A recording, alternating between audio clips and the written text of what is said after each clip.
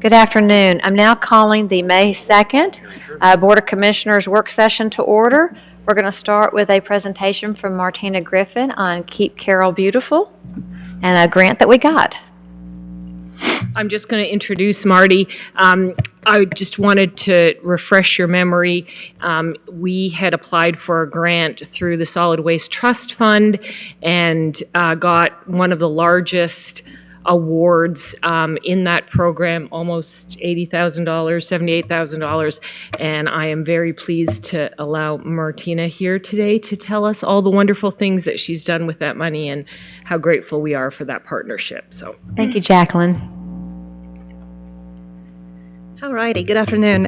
So I was able to compile some of our recycling numbers for the entire Carroll County, including the recycling collections that we funded through the RWD, which is the Recycling and Waste Diversion Program.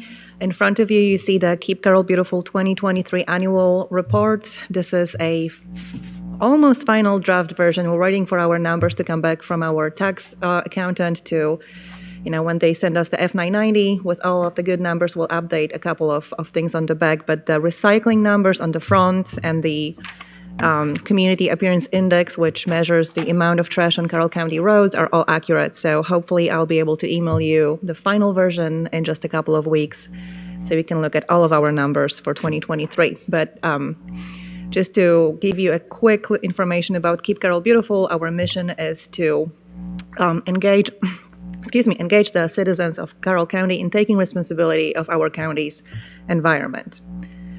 We focus on 3 items. Beautification is one of them, and in the recent years, it's mostly helping communities with their community garden needs. We also focus on litter programs, so we always love our kids doing litter pickups, and we have our models from the Carrollton Civic Women's Club doing a road cleanup here in Carrollton too. They're modeling all of our cool gear, so we love that photo.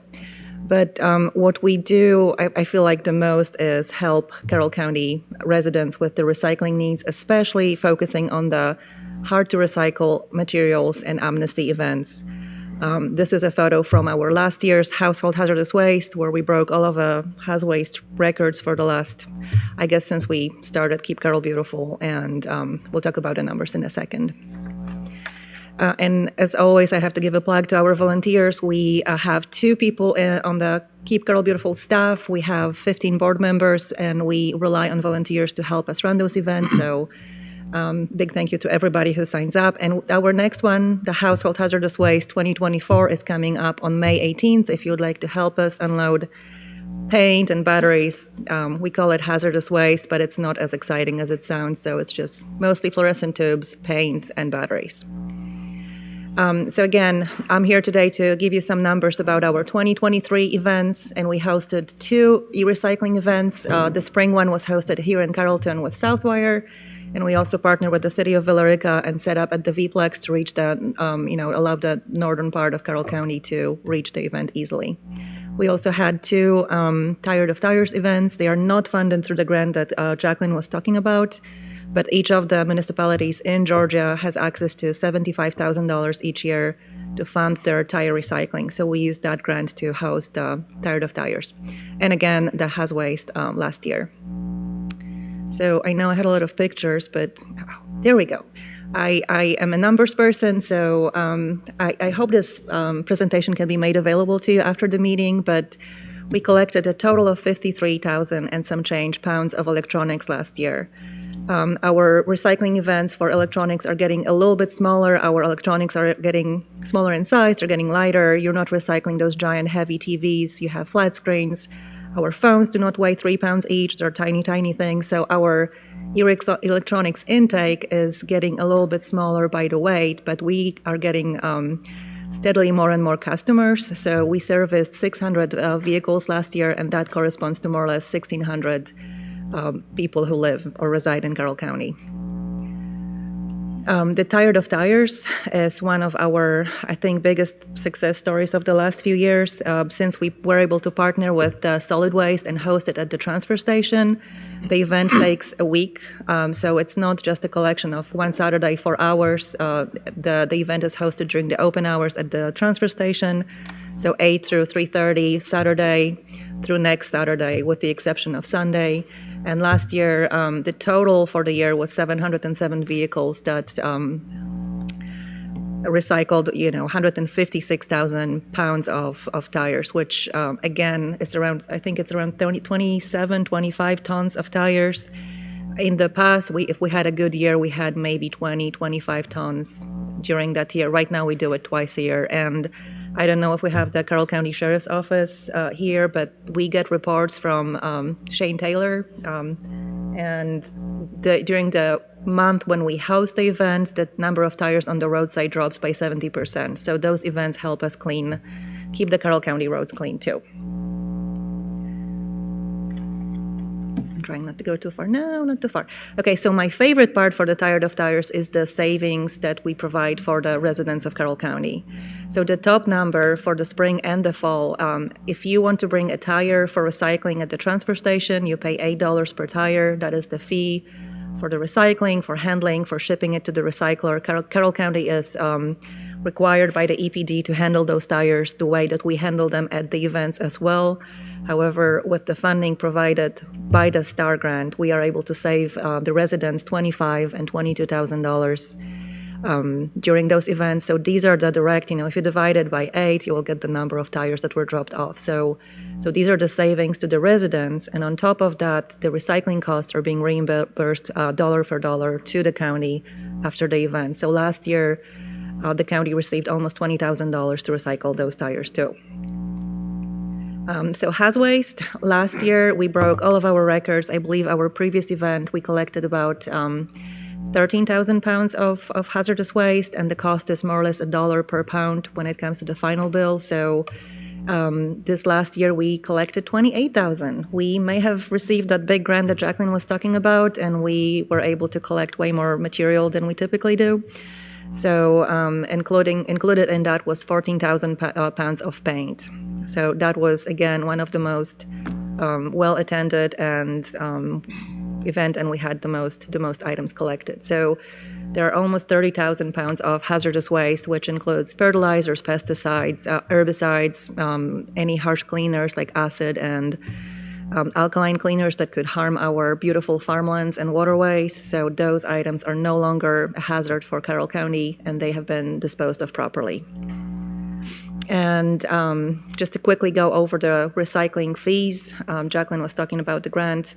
The total for the grant received was around $78,000. We still have a little bit of funding left for 24, but this is the breakdown for last year, with the exception of Tired of Tires. If you look at the table, it says EPD STAR tires. That's the funding used for the tire recycling. Let's go. Whoa. I'm trying. Okay, there we go. So we also were able to compile a little bit of information about traditional recycling. We do not handle any of the recycling. That is all done through the solid waste. However, we try to help the solid waste in the county put out information about traditional recycling, where the convenience centers are. So we have a big section on our website that talks about traditional recycling. And if you look at the collected material for 2023, it may not be exact to the ton or pound. We used our beautiful and smart interns this year to compile all that information from spreadsheets. So this is as close as we were able to get. But when you look at the income from recycling, which was $66,000 last year alone, and the tipping fees saved by not putting those items in the landfill route, the Carroll County recycling program saved the county almost $200,000. And if you include our electronics, tires, and Haz Waste recycling, that number went to $205,000. So I believe when we compare this to the number of items that are sent to the landfill, this is only about 5% of waste in Carroll County. So I think we can set some lofty goals of maybe doubling it and going to 10% in the next couple of years, and see if we can double or triple the savings for Carroll County. So this shows you that promoting recycling and being involved in those programs is not only good for the environment. We all love our county and the rural communities we have, but it also saves the county a lot of money to have the aluminum, cardboard, and glass, metal and glass collection. So If you have any questions, I would love to follow up on any specific questions, but again, I'm excited about numbers, so I apologize for the amount of data in here. And the 2024, we're expecting to still have around $14,000 for hazardous waste, $2.5 for radio ads about traditional recycling, and we're also hoping to improve some of the signage on the convenience centers, all 10 of them, to make sure that people understand what items go into which bin to limit the, help me, Jacqueline, limit contamination. Yes, contamination, thank you. Okay, let's go. I'm trying. Nope, too far. Not too far. So last year, we also received a litter grant in partnership with the solid waste, and we received $5,000 to update our Adopt a Road and volunteer signs to basically say volunteers ahead. We already received reports back from our volunteer groups that those signs are helping and people are driving much slower and they pass them with a further distance. So I think it was an awesome investment in the volunteer safety. And we also have the beautiful new Keep Carroll Beautiful and Carroll County vests that promote the program too. Those vests are available to all of the Ag Center programs, so if anybody has a program in the county that needs a vest, we have 280 and we can definitely share them with the rest of the county. And just in case you needed to reach out to me, my email is the best way to get to me. So if you have any follow-up questions, I'll be happy to answer them. And if not, if you want to follow up in a little bit or learn more about the programs, please let me know too.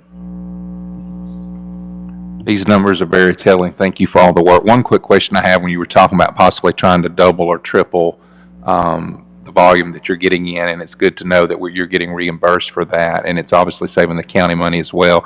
Do you have any other mechanisms, like, and I may get run out of the room for asking this, but I get everything on my cell phone now. Yeah. And of course I have the ability to unsubscribe from it. So is there any databases out there that you're able to buy from that would, you know, be able to limit into Carroll County and send a text reminding someone of the week? I guess I'm asking, what is the method that you think you're going to be able to double or triple the volume, or if that's your goal, how are you going to reach it? Sure. I think if you look at the numbers for 2022 and 2023 on our glass recycling, which is the newest stream that was reintroduced to the county, I believe at the end of 2021, the first 2 years we collected about 70 tons of glass, and last year we were at 94, I believe. So just by promoting and talking about it, we were able to, raise those numbers by good 30%. So hopefully the $2,500 that we still have in our advertising budget for this year will be very useful in just letting people know that this is an option. I feel like a lot of people call us, and I didn't include our call log. We started keeping call log by the zip code and the reason for calling. So a lot of people call and they're asking, I have a bunch of cardboard, but I have a business. What do I do with this? So we try to spread that information too. We didn't look into messaging, direct messaging like this. I'm not sure what the cost would be, but our hopes are that since a lot of the people who do not have this pickup service from their homes for litter, they have to go to the convenience center anyway, that the new signage will be, visible enough and different enough that they will be able to divert some of the stream they're already bringing to the convenience center to the recycling bin for cardboard or metal. And You need to, Jacqueline, you need to go to the microphone. We can hear you, but those listening. I forget. Just to follow up with what Marty said, they have awesome social media, and Carroll County always shares Keep Carroll Beautiful social media, so that's another way that residents get information. Diane downstairs in the chairman's office, as well as the transfer station, has a little save the date card so that if somebody calls the transfer station and says, hey, I hear you're taking tires for free, Brandy or Sandy or myself, whoever's there, will be able to give that information to the residents, as well as Diane downstairs in the chairman's office. Actually, Jeannie has it at Public Works too. Keep Carroll Beautiful does a quarterly newsletter, which I encourage you all to subscribe to. So there are methods. So if a family, for example, there are still people who don't want to be on Facebook or Instagram. A lot of them subscribe to the newsletter. There are a lot of different avenues to get that information. I know what you're talking about, those messaging programs. Again, that's another expense, and if the county wants to consider partnering with Keep Carroll Beautiful to help underwrite some of that expense, maybe we can look at that. But I will tell you that as you see our numbers increase, a lot of that is due to just the very successful ways they're already disseminating that information. So, sorry. Thank you. We also have the Carroll County brochures, the traditional recycling brochures that are co-branded between Carroll County Solid Waste and Keep Carroll Beautiful. We try to give them away at every single one of our events. We will be open for Mayfest at our office here downtown, and again, those go out to the public quite often. But I feel looking at our numbers, we do surveys at the event and ask people where they heard about specific event happening, for example, spring e-recycling. And 50% of the answers are typically, I've heard it on the radio, and 50% say Facebook. So our most expensive and our least expensive advertising seem to have very similar reach. So we're focusing on radio advertising. We also looked into maybe possibly putting some billboards up, but we are in the very early stage of pricing this out. I believe there are certain billboards that are available close to Dyer Road, and there's one close to Whitesburg that would be relatively close to the center. So we could direct traffic saying, hey, next right, there's your convenience center, and they take this, this, and that. But the billboard, we just started looking into that. So if you have any way of sharing the information about recycling, we hope to start that campaign kind of midway through the year. So we still have probably a good month of planning and working on the signage too, so we can kind of coordinate everything. But you will definitely hear about this, and if you can share with your communities, that would be amazing. Maybe we can double it. I was expecting like maybe 20% increase this year, so if we could double it, hopefully that would save the county another $200,000. So over time, you would say the metrics are improving as far as effectiveness. We're collecting more trash That's right. and stuff. Yes. So again, this is probably 5%. The recycling was worth maybe 5% of all the litter or garbage going through the transfer station. So if we can, double the recycling on the metal and cardboard alone, that would almost make those numbers up. So, yeah. Do you know what percentage under electronics do you collect lithium batteries that are used in power tools? We do not collect lithium batteries by themselves. The only metric we get is on the TVs, because that is the only way to recycle TVs in Carroll County is through our events. You can throw them away in the furniture bin, but they don't get recycled this way.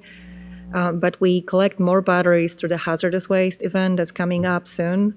And I don't remember what the collection numbers were for the last year, but I can definitely check that for you. We also have several locations in the county where you can recycle batteries for free. Staples is one example. Does that include the lithium battery? Yes. Most of the time, the places do not accept alkaline batteries. So Staples recently started collecting them. We try to share that information too. But you don't have to come to our office. You don't have to wait for the event. Target, Home Depot, Lowe's, and Staples collect small electronics and batteries. So we're trying to send people and share that information. Another one that's accepted in the community is the CFL, the little curly mercury bulbs. Home Depot and Lowe's also accept them, so we try to share that so we don't have to pay for the recycling. That is a free program for customers. And also, we don't have to pay for that during the haz waste collection. But if someone brings them to us, of course, we'll take them that day. Yeah. Are you following up on that new report that 50% of dumpster fires start from lithium batteries? I just came back from a conference at ACCG and it was land, water, air. Yeah. And the materials that are going into, the lithium batteries, the batteries that are going into the EVs. No one seems to have an answer. What are we going to do with these batteries? And they are very hazardous. We do not accept any of those really large. No, someone pulled up in a Tesla with the Tesla I knew that. battery. I was talking about the little Right, but the little ones, the hazardous waste collection is where we definitely take them. If they're included in the electronic appliance, they are recycled through the e-recycling too. But again, we have several locations in Carroll County when people can take their small lithium batteries, the household lithium batteries, and recycle them too. So we have options. I don't want to drag this out, but what if someone shows up and wants to discard an old solar panel? What about that? I don't know yet, but I can find out. Okay, all right. All right, thank you so much. Thank you, Marty. Thank you, Jacqueline. I'll now move into the final financial recap with the Financial Director, Alicia Searcy, coming forward.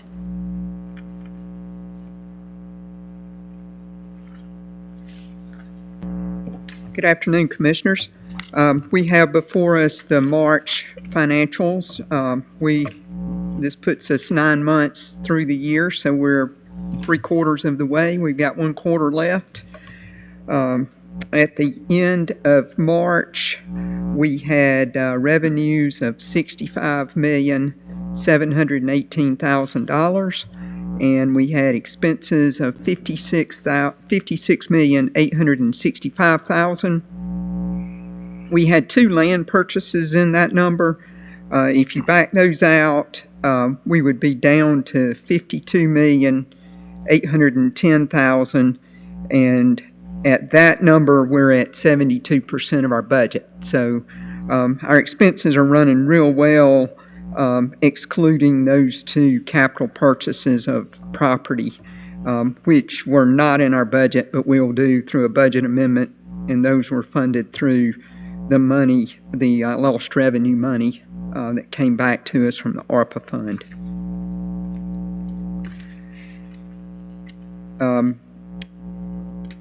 Let's see. On our fund balance is up from last year, comparatively speaking. And that's a reflection of our increased revenue and our expenses coming in below our budget. And cash, we've got $55,463,000 in general fund cash. Our SPLOST cash is doing well. We are spending down our construction fund, which is the money from the bond, as we buy the fire trucks, work on the fire station at Villarica, and then as we start into the administrative building project, we'll see that continue to spend down. And once that's gone, then we'll start working into the capital projects money that we're collecting. Sales tax revenues continue to be good, growing year over year, and so that's helping us on our general fund budget as well as our SPLOST collections. Ms. Searcy, one thing that I would like for us to do, and I'm not putting this on you, I'm just talking in general, is we've made several good investments. You were talking about the fire trucks and different things that are starting to come in. I mean, we tend to forget about, we know about something in a moment, we tend to forget about it down the road. I mean, we saved several $100,000 by putting in orders at different times that our department heads and the chairman, and I'm sure yourself and a lot of different ones were investigating. And so I would like for us to keep up with a tally of some of those numbers of what we're saving by making strategic purchases at different times that I think we forget about, that if we waited, we know something maybe 18 months or 24 months out, but we're going ahead and making that investment, about how much money that's actually saving the county in a yearly period, because we've done that for several years, not just fire trucks, but a lot of different purchases that I think have saved the taxpayers a lot of money. And I would like that to be a number that we look at annually to be able to show good governance of when we're making those purchases. And those purchases, even though we placed the orders in advance and we've gotten discounts by doing that, we didn't actually have to expend the money until we received the goods. So we're not laying the cash out early. We're just placing that purchase early to get that discount. And then we're continuing to earn interest on that money for the 2 years that it takes to build a fire truck, for example. And then once we receive the fire truck, then we expend the funds.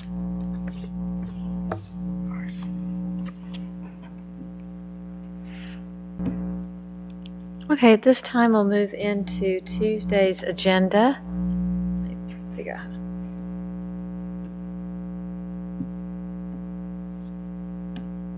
So item 10.1 under the business session, we have Project Safe Neighborhood. I'm going to call Chief Deputy Brad Robinson from the Sheriff's Office to come up and present this to us.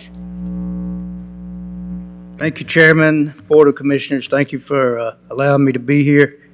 Speak just a moment on a grant that we have been awarded. I'm asking for consideration to accept this grant. It's $15,000.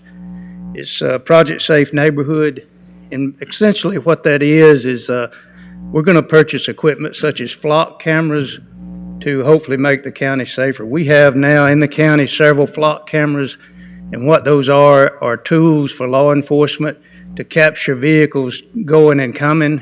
And out there in these neighborhoods where crimes occur, that's one of the first things that law enforcement wants to know is who was there.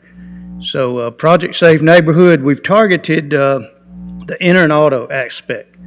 And the best advice that I could give anyone is lock your car door. Most of the time when we catch an enter and auto thief, they say they go up and just pop the handle. If it's open, they're going to get what's inside. A lot of the time it's firearms. And from there, the firearms gets in the hands of these thieves, and Lord knows where it goes from there. But we're going to purchase additional flock cameras inside of some of these neighborhoods and areas where a lot of these crimes occur, and hopefully be able to catch a lot more of these to reduce the number of these enter and autos. So that's primarily what that is. It's some campaigns money that's in here where we can do a couple of billboards, but essentially that's what it's going to be about, is lock your car, be vigilant.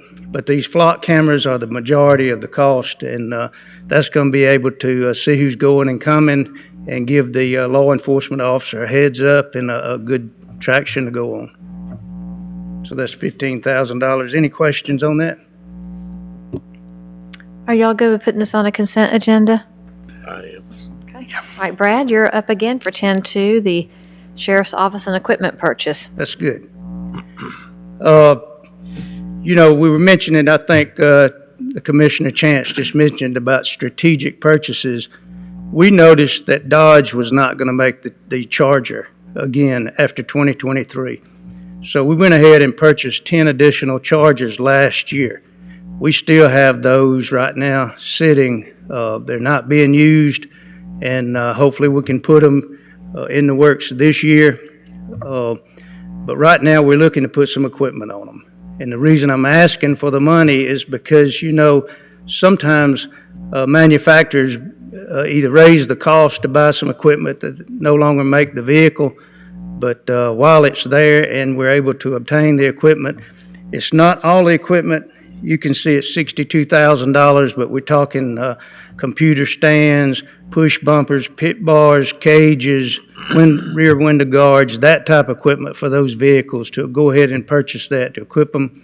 And the plan is to take that money from the school zone speed camera money, so it shouldn't affect necessarily the general fund, but I've talked to Ms. Cersei about that money. I think it has to be used for public safety, and certainly that money is there. So I'm asking for permission to go ahead and buy that equipment, $62,841.84. I think these things are a no-brainer, Brad, and thanks so much for what you and all of the Sheriff's Office do. I am proud to say that I am just happy as I can be with the Sheriff's Office and how you and the Sheriff run that department, and the rapport you have with the community, and you guys are not haughty-taughty, and you don't get off by pulling people over, and you have very legitimate run operation, and it's just wonderful to have you in Carroll County, and of course Thank you. I think we all totally support you, but thanks for what you do. Thank you. I noticed you had a Hellcat y'all put into service. We do. If you need another one, I got one, a 23 with 41 miles. Are y'all good with putting this on a consent agenda? Yep. Yes. Okay, Just great. what, Chief, are you buying new vehicles with this? We're not buying any vehicles. We bought those last year. This for the bumpers and that sort of stuff. Normally we order vehicles maybe after the July budget is approved, maybe September, and it takes sometimes 8 months to get them in. Right. because these were 23s, we did order them. They came in October, but we're holding on to them, and hopefully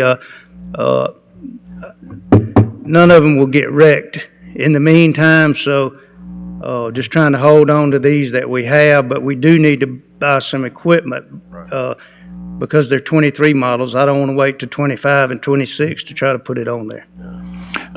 Let me ask you one question while you're here, and I haven't stopped by your office earlier, but do we have what we need?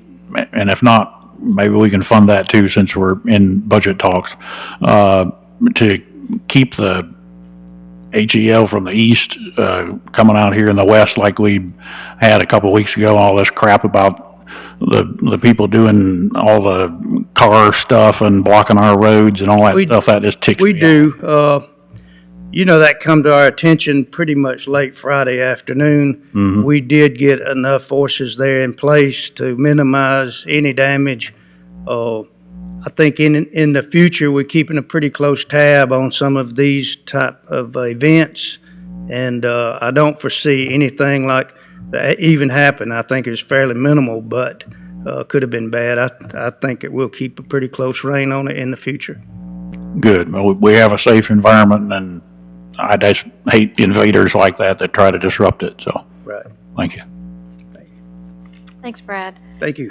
We'll go to 10-3, an RFP for a build-out at the 5th floor of the courthouse.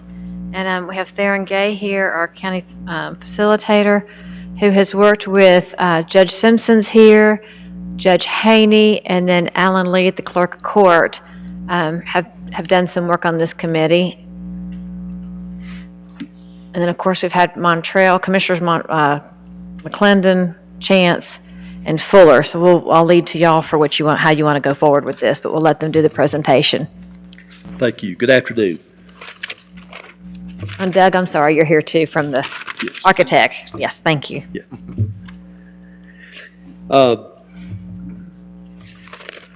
Wrong paper. Let me get to my next one here. Good afternoon. We're here tonight to make a recommendation on the contractor for the build out of the 5th floor of the courthouse. I know this project that the county's worked on this very hard for quite a while now, and I'm happy that we're here tonight to recommend an award and complete the bid process on the 5th floor build out. Before I present the recommendations, there are a few staff and elected officials I would like to recognize and thank for their work in this process. Ms. Sunday Cook could not be with us tonight, but she was very instrumental in getting the bid packages out, taking the bid packages in, helping any way she could, and I really appreciate all she did in the process. Diane and Linda from the chairman's office coordinated a lot of meetings for me and made copies and did everything that could to help out, and I appreciate that, tremendously. I also want to thank some elected officials who served on the review and selection committee, and I think they're here with us tonight. We have Judge John Simpson, and he is with us tonight. We have probate judge Edie Haney with us tonight, and we have our clerk of court Alan Lee here tonight. And I want to thank them. I met with this group one time here in Carrollton. We went over everything. Then I bothered them again twice by phone once we were reviewing some of the subcontractors, and again after we had the discussion of the pricing of the projects. I want to say they did a great job of reviewing the proposals and ranking the responses. Their initial review was without the bid amounts, and they had knowledge of that, so which was good. They were able to select it based upon the criteria they had. And of course, the last conference call we had was discussion with the proposals that included the cost. So we were able to do that. And I will say that their rankings were identical to what I would have done if I were ranking them. I did not differ with them at all. And I think their rankings before they had knowledge of cost and all was the same as the commission committee's rankings as well. And last but not least, I want to thank the Commission Review Committee. Thank you guys for your input and appreciate that. I think that was very, very helpful. And with that, and of course, our architects worked. Whitney worked with us real closely and all. We appreciate that. After review of the proposals and consideration of cost, the recommendation is to award the bid to Vision General Contractors including the base bid, add alternates number 1, 2, and 3.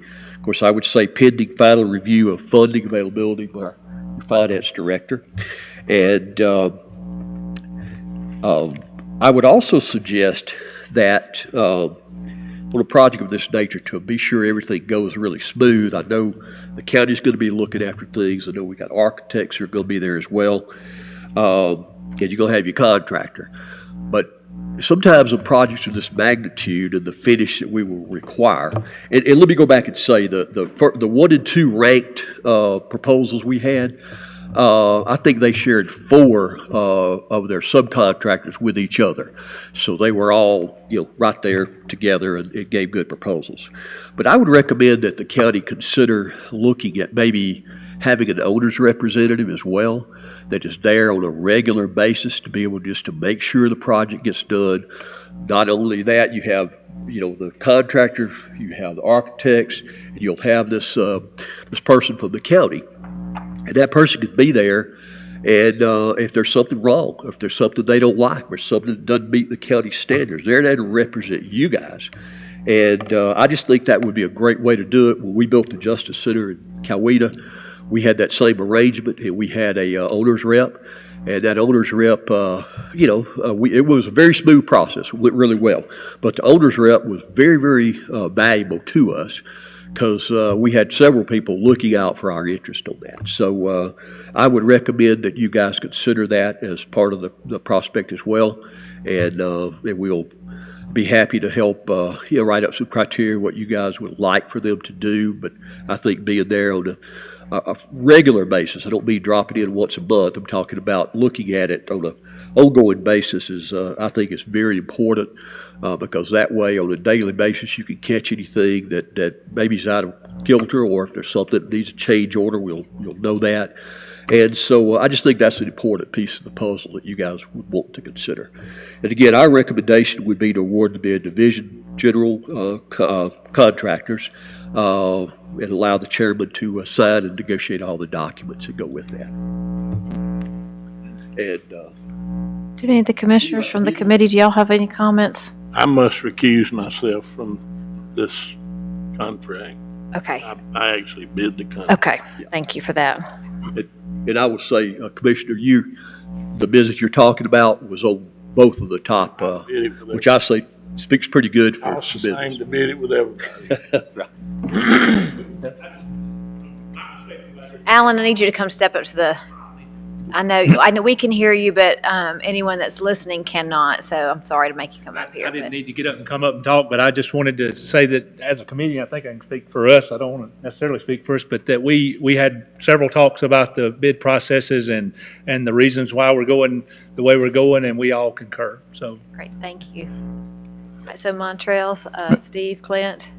Theron, will any of this have to do anything with anything outside the building? I know this is pretty much, if not all, interior work, but we had so much problem with water on Yes, sir. the construction. I don't want to mess that up, so. Yeah, we understand that. This is really all interior based upon the designs Okay. that Jericho did. And so it's really going to be all interior. And what you've got is you've got the base bid, and then you have some alternates. And the alternates are for, I'll find them here in just a minute. We had a lot of paperwork. This was not an easy process, but it worked out real well.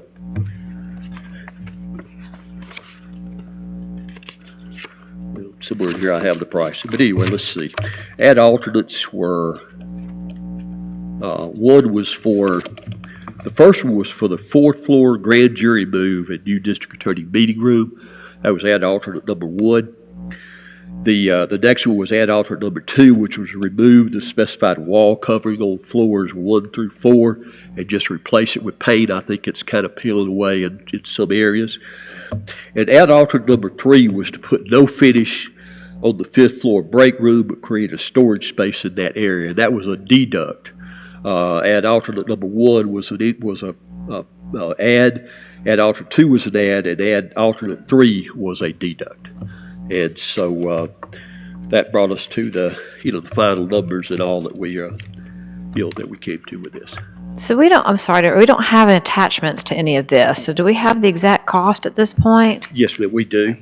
We do. Let me get those numbers. I think I may have not brought that up. Let me get my information.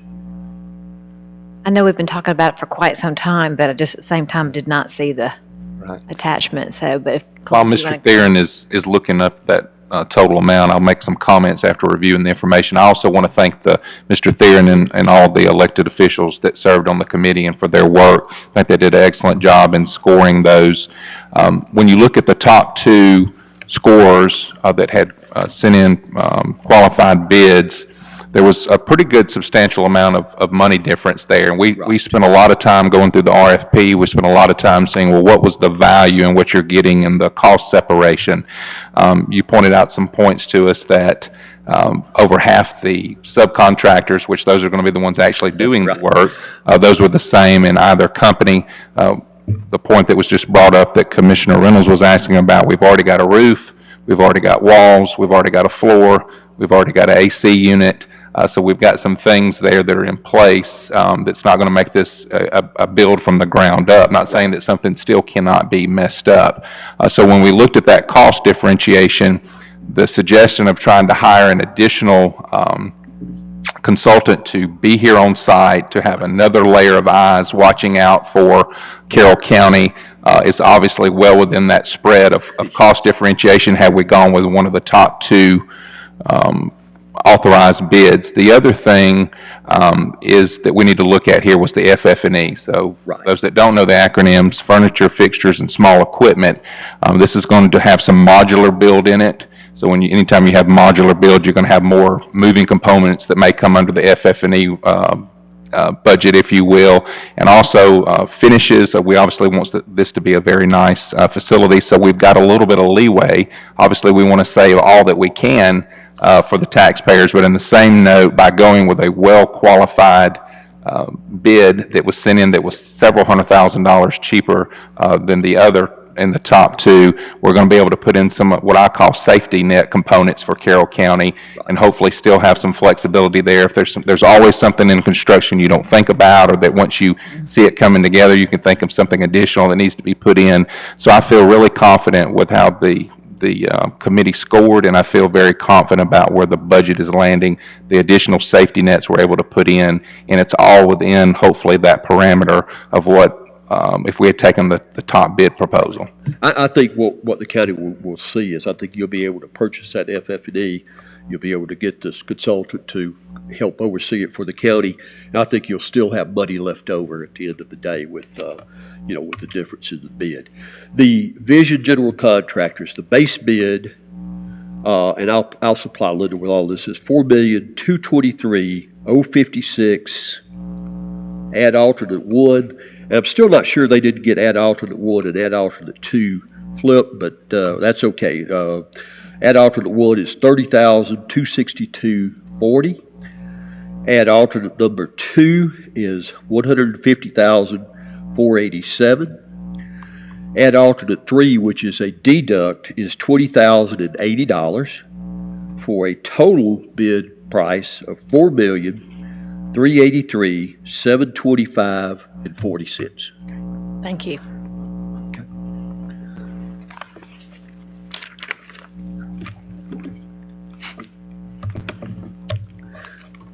Yeah, I'll just say we were happy to be a part of the project and support it. We had all kinds of moving parts in the bid, and we had good response, as Theron said, and we were very confident in the drawings and the design features. So we're just happy to be a part of it, and we got the project in the budget that we needed to.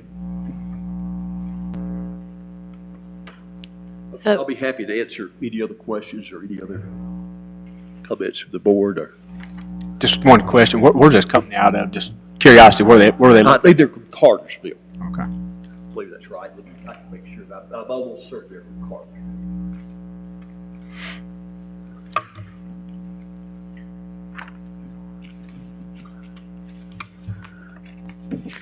There are also several local subs that will be doing the physical work that are from Carroll County that was in both of the top bids, same contract.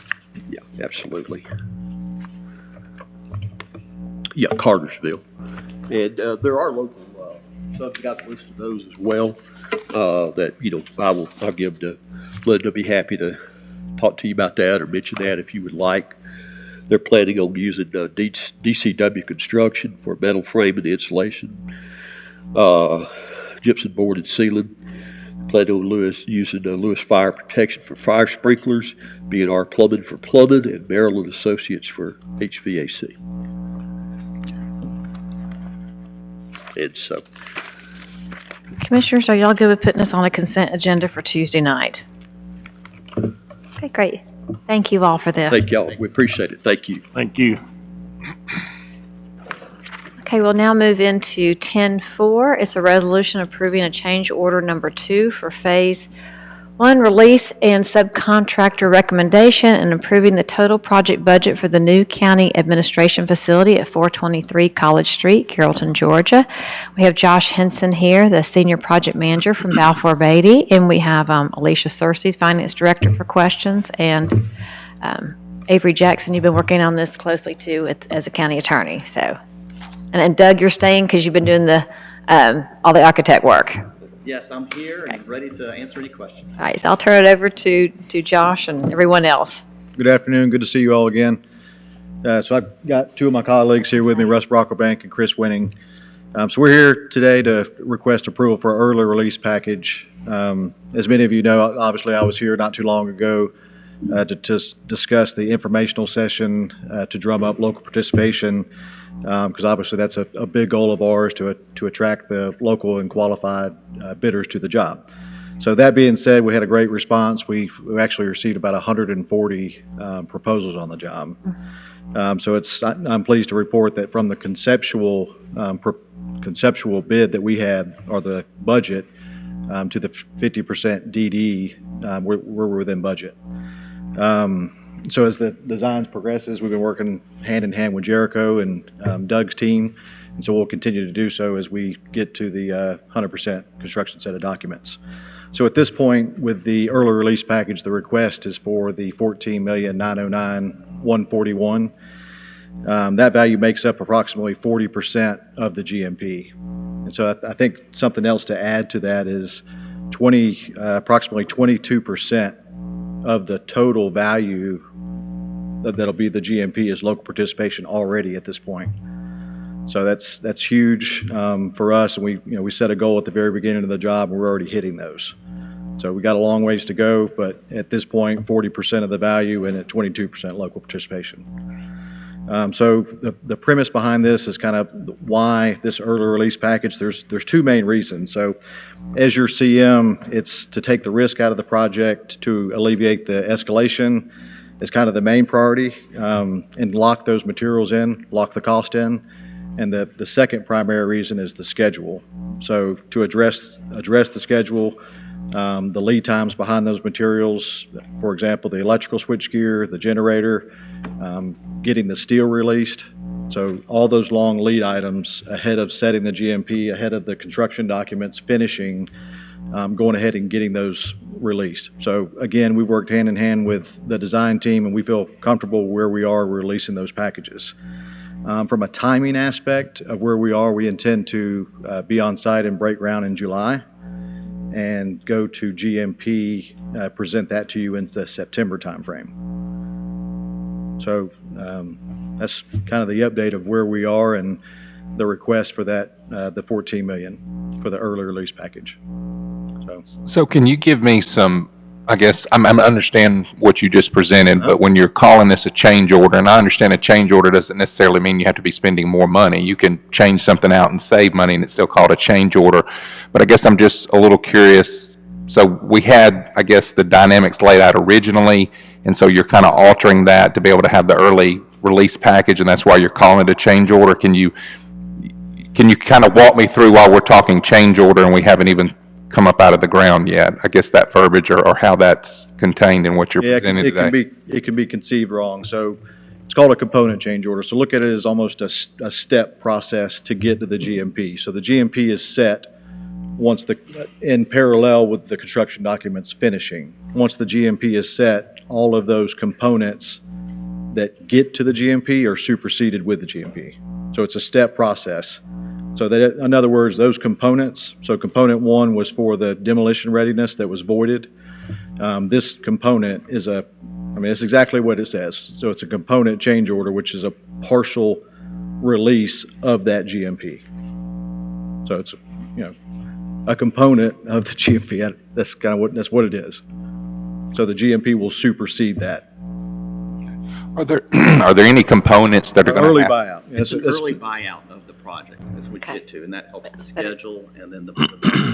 So you're talking about ordering some things early on. Obviously, I would think air conditioning units. That's right. Some of those have lead time.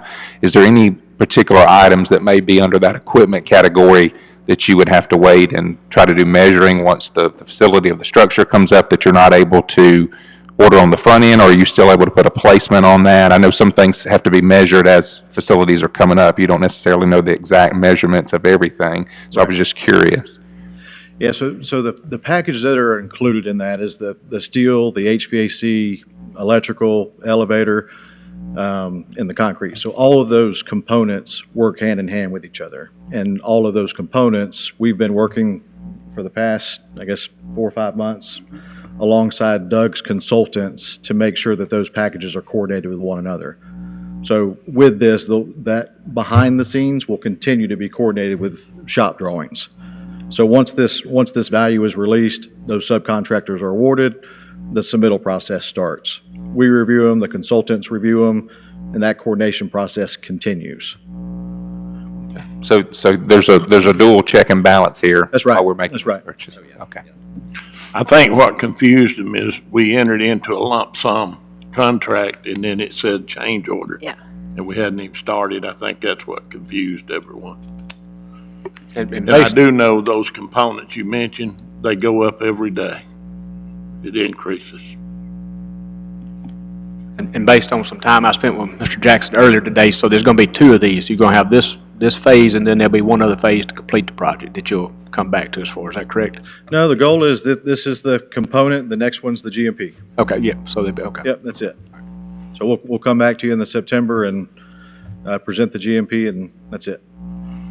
And so, to be clear, the change order has nothing to do with cost amount. It is a set. Yeah, it's not cost amount. Yeah. not additional cost. Yeah.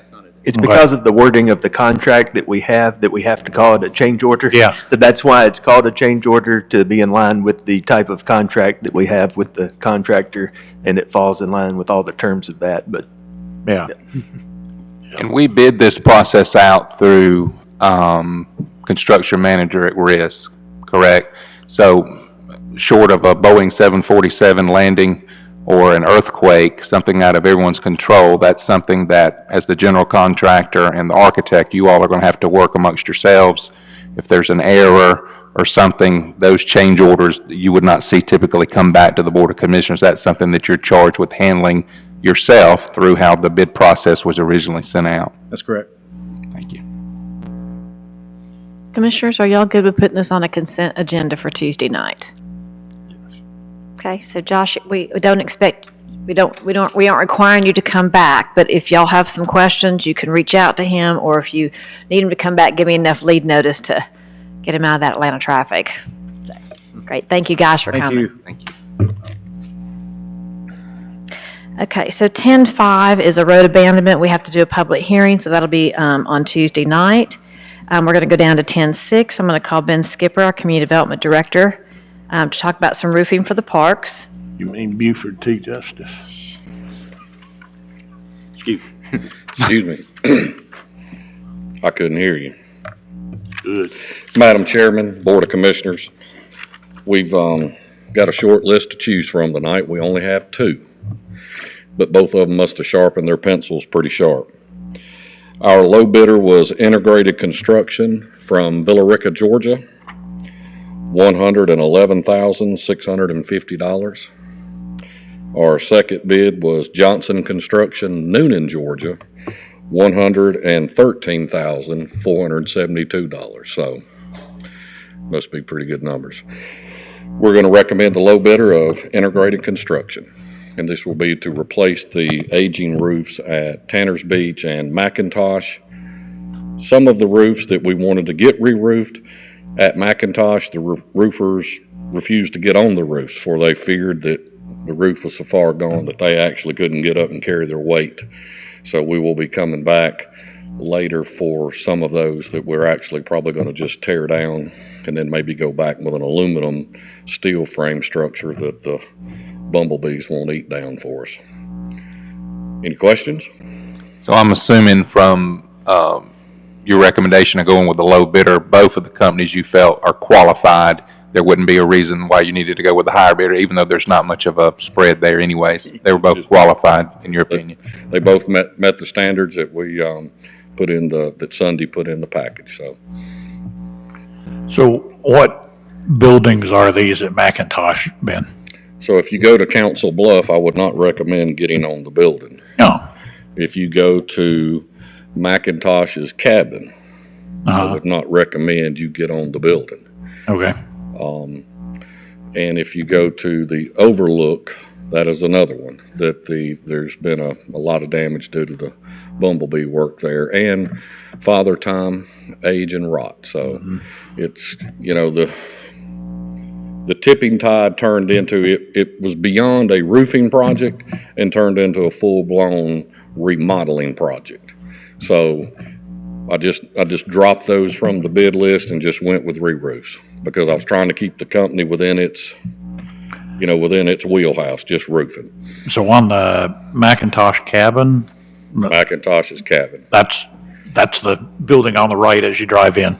Right, that's McIntosh's cabin, and when they built it, they wanted to make it a replica, so they used cypress and pine poles for the roofing structure. Those have since aged out and timed out. So what are we roofing it with now? And I haven't been by your office to talk about it, and I've got my hands slapped. McIntosh's house will be a project of within itself. The cabin. It will be. It by itself could be as much as all of these 8 buildings. Yeah. So it's not part of the 111? It's not part of this package, no. These are just remove, fix any minor repair, and install a new roof. Those buildings, we will have to get a third party to come in and do a structural. As an example, the cabin, the A-frame's going to have to come off. So it's going to have to go with a complete new roofing package. Yeah. So, which means, I mean, not to get bogged down in the details, but we're going to have to get a crane to remove the roof and get a crane to reinstall a new roof. Yeah. And now this, Alicia, this is the kind of thing, I guess, that I'm talking about, and I think you and I are in total agreement to have a system where we basically inventory our facilities and our heavy equipment, and we set money in some fund each year, budget, if you want to call it that, to put that money in the budget so that we don't have a 400, 800, 2 million, whatever. And this is the kind of thing I was talking about, and thank you. I think it would be good for us to have this kind of thing in systematically set aside in the budget so we don't have to. And this is what we did. The budget prior, when the budget was set, the board asked from Parks, what part of the splosh money do you want to spend it and where you want to spend it? So that's where we itemized the roofs was our number one maintenance item. Yeah. And as with everything, we're now coming around the circle again with this is the outcome. Yeah. Well, that roof on the cabin will take some money. It's going to take some money. So and I didn't want to get a roofer in the construction business. I want to be, right. I want to hire a construction company. Yeah. Thank you. To do roofing. Yeah. It'd be good to keep that. Framing structure repair, not shingles. This is shingles. Yeah. That's it. Yeah. Good. All right. Hey, Ben, could you give us an update on what you're going to be doing at Tanner? At Tanner, what we've been looking at is the putt-putt area is old and tired again. We've replaced the carpet on it approximately 5 years ago, and it's already sun faded and tearing and ripping because it's outside in the elements. We've looked at, I've asked the park manager to research in installing a new state-of-the-art putt-putt that we're all used to seeing with features and little buildings and little, tumblers. That's in the excess of $200,000, and it only comes with a 1-year warranty.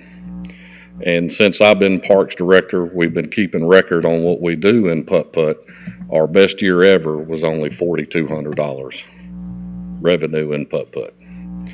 So what we're doing right now is we are seeking a playground from our playground vendor to submit us some packages so we can come back before the board to do a playground in place of the putt-putt.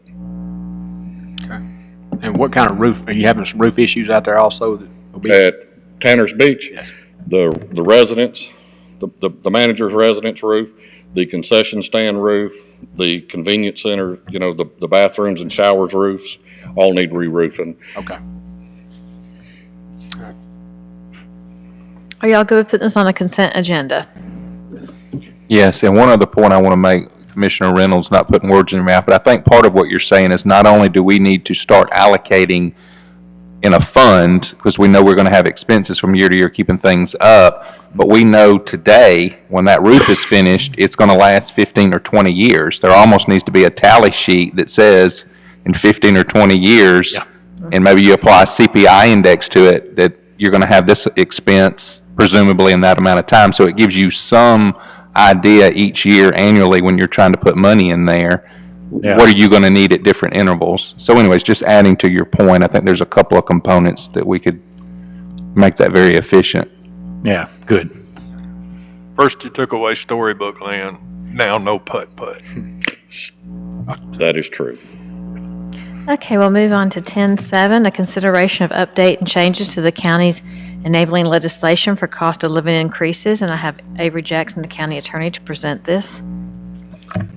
Thank you, Chairman and Commissioners. What I have for you is, as the Chairman mentioned, consideration of updates to the county's enabling legislation for cost of living increases. The county's enabling legislation was enacted in February of 1989, and there's a number of figures and amounts in the enabling legislation that haven't been updated for CPI since that time.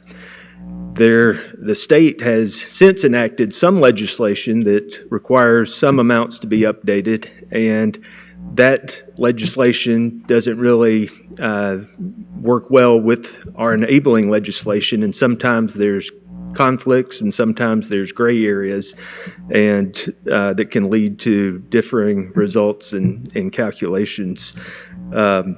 The state has gone through their process and updated many of their statutes since this time for cost of living, and to bring those up to current amounts and figures. And what we've seen recently is that this particularly applies to county officials' pay. And ACCG has struggled with this as the state over just the last couple of years has changed how they do cost of living raises from percentage amounts, which they've done traditionally for decades, to more flat amounts, which they've done in recent years. Very similar to how the Board of Commissioners has also been looking at different ways to enact cost of living raises. The state has done the same. But those changes that the state have made do not work well with the language that was in our enabling legislation in 1989. So, as I mentioned, ACCG has struggled with this issue and has provided guidance for the counties as to other county officials, but as to particularly, say, the district commissioner's pay, the chairman's pay, other, maybe the coroner as well, and other officials that are set by local legislation. They're not set by general state statute. They leave it up to us to decide. And we can have three different people, myself, the HR director, Ms. Lee, Alicia Cersei, the finance director, all calculate the same calculation and come up with varying amounts. This recently occurred with the district commissioner's pay when looking at the state legislation and how that enacts with the district commissioner's pay. And we went to an outside auditor and say, hey, we all can come up with different amounts. What can, can you help us with this calculation? And one of the first things she said was, well, why are you going back to 89 to calculate cost of living raises, and you have all these different calculations you have to go through over this amount of time frame? And I mean, it was difficult for her to get it all, and we have pages and pages of history that you got to go back and look through.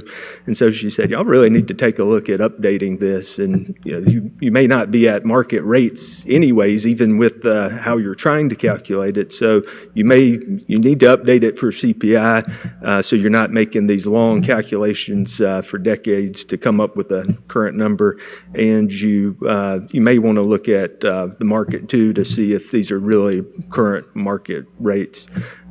We took it to ACCG General Counsel as well, and he said, he looked at all the information we provided, and he said, it looks like y'all have been having the same struggles that we've had with some of the other elected officials' pay that they're trying to calculate. And he made a number of suggestions, and most of those involved changing the enabling legislation, just like the auditor suggested too. So that's the purposes of this, is to start that conversation. I've sent y'all some emails on this issue, and I say start the conversation. Commissioner Chance and Commissioner Reynolds have been working with myself and the HR director for a number of months on this, so it's not starting the conversation, but with the full board it's starting the conversation. So we're going to look at that. We're going to look at the CPI, look at some of these amounts in the enabling legislation, and send you a proposal for your consideration, both on updating those amounts from 89 figures to current 2024 figures, and also changing the language so that it works better with the state statutes, and that so when different people read the language, they all come up with the same figures instead of multiple figures. So that's kind of the goal, and just wanted to, again, start that conversation, and we're working on finalizing some language and amounts to circulate to you, and I look forward to hear your thoughts and comments on that. Well, from my involvement and what I've seen for the last several months, I don't have anything to add to what you said. You did a very good job of summarizing that. I would just point to reiterate a point you already made. Some of this is not even necessarily about bringing values up to date. It's just about simply the verbiage. So our current enabling legislation states that the cost of living should be applied at the percentage. Well, as you just stated, sometimes we give flat amounts or we give dollar amounts or whatever. So then that leaves it up for 12 different interpretations. Many things you've sent to ACCG, you've sent to, you're an attorney yourself, you've also sent that to the auditors, and like you said, everybody can come up with a legitimate answer of what they think that is. So I think that we really have an obligation to update this and see what we can do to come up with a consensus and then send it to the state. I mean, a constitution is designed not to be a living and breathing document, but enabling legislation that has certain components is designed to be updated over time. And the fact that it hasn't been touched since 1989, I think, begs to our attention that we need to look at it. So thank you for all the work that you've done. I concur. Thanks, Avery. I just wanted to ask, I guess, since this has been going on with Commissioner Chance and I and the auditor and you and so on, probably for, 9 months or something, quite a long period of time. What is the time frame that you would have in mind as far as settling and voting on this and having a concurrence? Yep. You'll have a draft for your consideration at the meeting next Tuesday. Before then, so you can look at. We're, like I said, just tweaking some final things now on that. whether you want to vote on it then or not, I don't know, because Yeah. there may be additional changes and stuff then, but you will have a proposal at that time, and we can look at it then, or, and like I said, we'll be looking at it before then, and I want to hear your thoughts and comments, or we could vote on it at the next meeting as well. Well, that was sort of my question. I was going to ask you and Clint that I'm going to leave it on the agenda for Tuesday night. And if everyone's comfortable, y'all feel comfortable having gone through all these recommendations, presenting it Tuesday night. If not, we can do it at the June meeting. So that would be what I was going to ask from you too, Tuesday or the June meeting. Okay.